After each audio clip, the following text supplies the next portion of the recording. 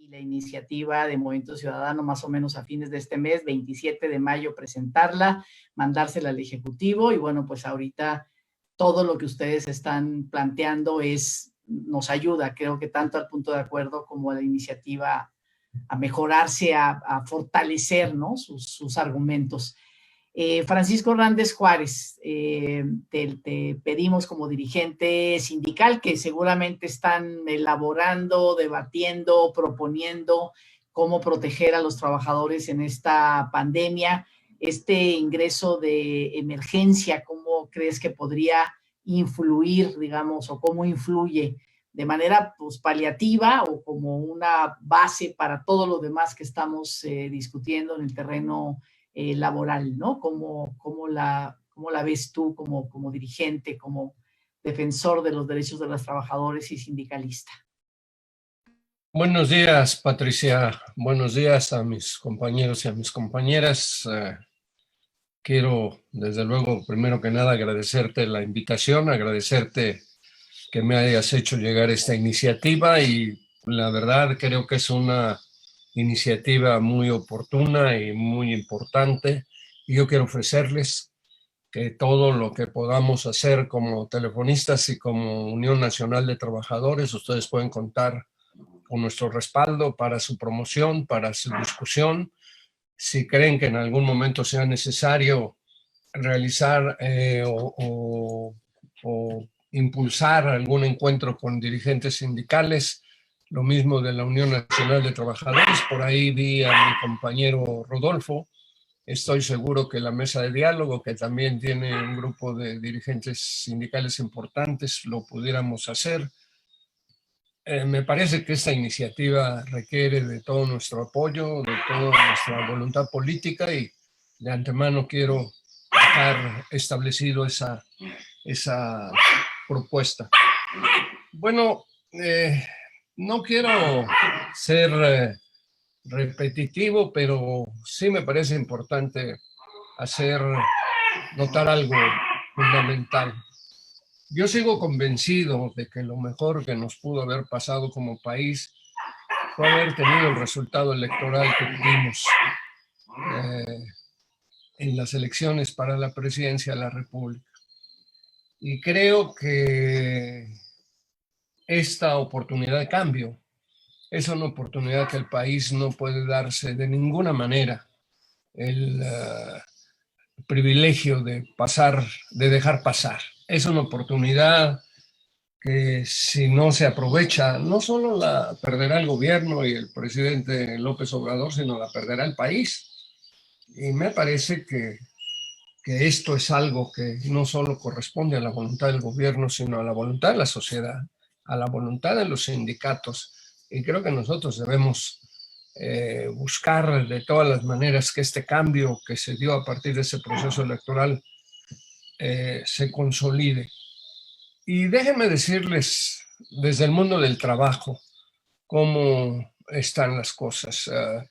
Ustedes saben, lo he venido insistiendo en varios talleres, inclusive que tú me has hecho el favor de invitarme, que México es uno de los países más entusiastas de participar en los acuerdos comerciales. En el 2019 estaba en marcha el proceso para constituir el acuerdo comercial más grande del mundo, que era el Transpacífico.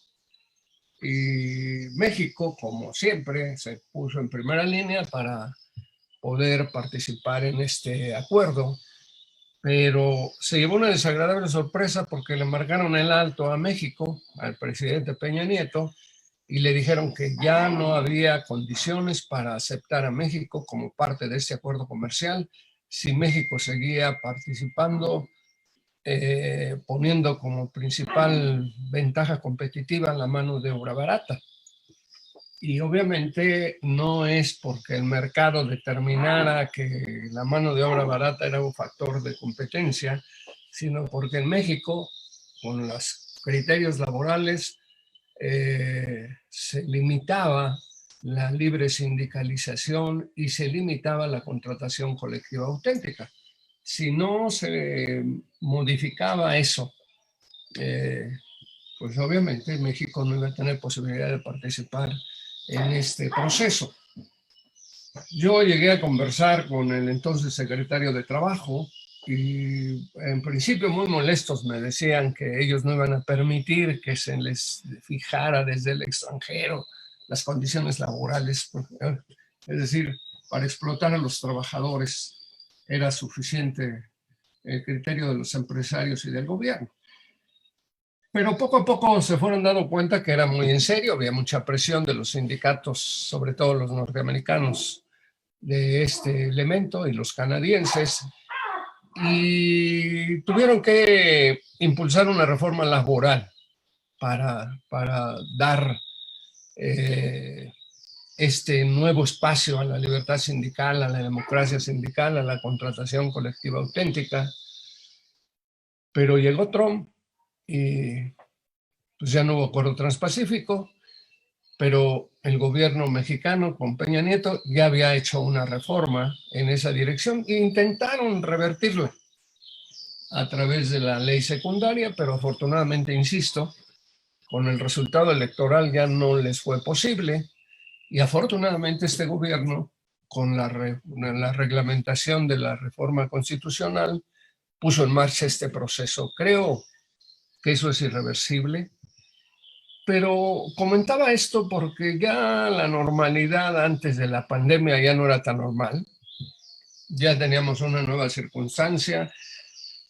Los efectos del neoliberalismo, de las políticas neoliberales que habían convertido a México en uno de los paraísos desde el punto de vista salarial con la mano de obra barata, pues empezaban a cambiar.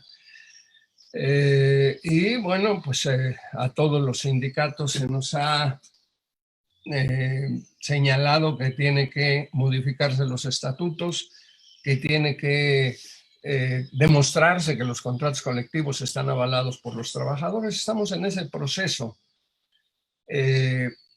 Obviamente la pandemia lo ha alentado, no ha estado caminando como corresponde, pero bueno, yo creo que eso finalmente se va a acelerar ahora que pase la pandemia y creo que vamos a entrar a un proceso de modernización y democratización del mundo del trabajo que hace que se requiere si no tenemos que estar sufriendo este tipo de problemas. O sea, realmente las empresas al primer golpecito de viento empezaron a despedir trabajadores, pero sobre todo un asunto gravísimo que es la subcontratación, el outsourcing, que se ha estado buscando la manera de erradicar y dijeron que no porque iba a afectar el empleo. O sea, a las empresas les fue muy bien tener este tipo de esquemas porque sin ninguna responsabilidad pudieron deshacerse de miles de trabajadores, que es una verdadera tragedia. Y por eso a mí me parece fundamental una iniciativa como esta. Ahora, los sindicatos, la UNT, la mesa de diálogo, hemos estado insistiendo que es necesario pensar que lo que estamos enfrentando, agudizado por la pandemia, porque desnudó las políticas neoliberales que privatizaron el sector salud, que privatizaron el sector educativo. Bueno, realmente a nosotros nos quieren partir en dos, a la empresa, y el IFETEL tuvo que reconocer que ahorita ya no puede seguir con la separación funcional, porque si no afectaría la manera que nosotros podemos brindar nuestro servicio. Imagínense ustedes ahorita sin internet, las casas.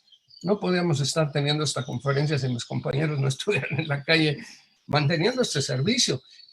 La empresa, digo, la autoridad quiere partir en dos a la empresa, o sea, bueno. El asunto es que el problema que estamos enfrentando, derivado de la pandemia, las políticas neoliberales, la mano de obra barata, la falta de libertad, de democracia, la caída del ingreso, la desigualdad, la pobreza, es un problema tan grande que no va a haber ni el presidente, ni su gobierno, ni la Cámara sola, ni los sindicatos. No va a ser posible resolverlo si no todos juntos estamos dispuestos a reunirnos y a poner nuestra mejor voluntad para encontrar una solución. O sea, uno ve a los empresarios que no paguemos impuestos, que nos difieran las cuotas, que los sindicatos que nos mantengan el empleo, que nos paguen el salario. Todo el mundo pide. Pero ¿quién va a poner? O sea, no va a salir, no va a caer del cielo. O sea, tenemos que encontrar una manera. Yo estoy de acuerdo que si no se quiere aumentar la deuda, pues no se aumente. Pero entonces tiene que modificarse el esquema fiscal.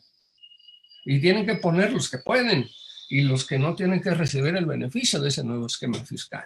Y tiene que haber un nuevo contrato social porque el que teníamos antes ya no funciona. O sea, ¿cómo hacemos para que realmente el país pueda resolver sus problemas? Porque yo la verdad, sí, obviamente yo quiero que termine este problema de la pandemia, que se encuentre la vacuna, que ya no tengamos esta situación de pánico que realmente es lamentable. Pero, ¿qué va a pasar ahora que millones de trabajadores regresen a la normalidad y no tengan trabajo, no tengan ingreso? Por eso me parece esta propuesta fundamental. Si no tenemos la sensibilidad del Congreso, si no tenemos la sensibilidad del gobierno, su voluntad para ir en esta dirección, no sé, no espero equivocarme, pero espero que no sea por eso que esté el ejército en la calle, ¿no?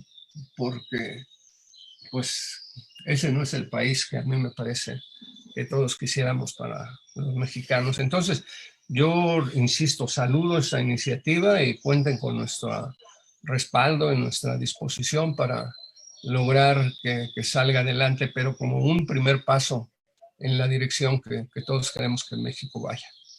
Otra vez, gracias por tu invitación. Gracias.